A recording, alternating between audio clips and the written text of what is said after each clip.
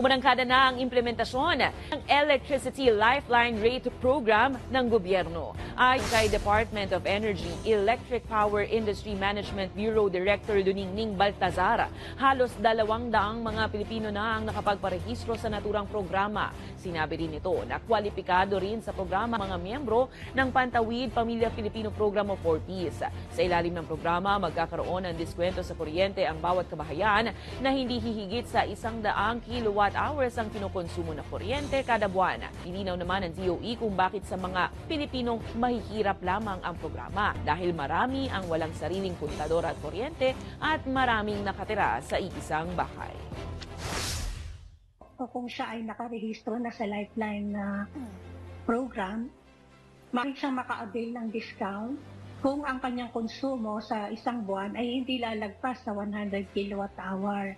So mag-iiba-iba po ang discount. Kung nasa 80 to 100 naman po, yung pinaka-last na maximum natin, threshold, they can avail of 20% discount.